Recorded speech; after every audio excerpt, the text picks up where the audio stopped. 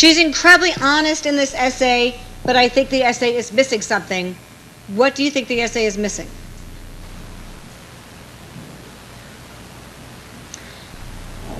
Think about that for a minute. Do you agree that we see her suffering? Do we see the suffering in there? But do we see her working through the suffering and actually making sense of what she's done with the suffering?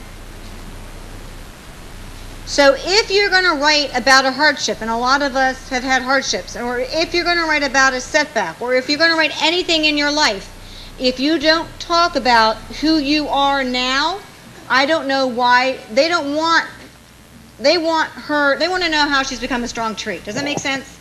You can use that metaphor if you want to, and an image of yourself as a tree or flooding. I mean, that's what a lot of people do. But you need to show how you have worked your way through. And I asked her, I sent her an email back, and I said, what are your activities? She's worked as a tutor to a kid who moved here recently from China. She worked very briefly, she worked for a semester in a museum. And she's volunteered for one other activity.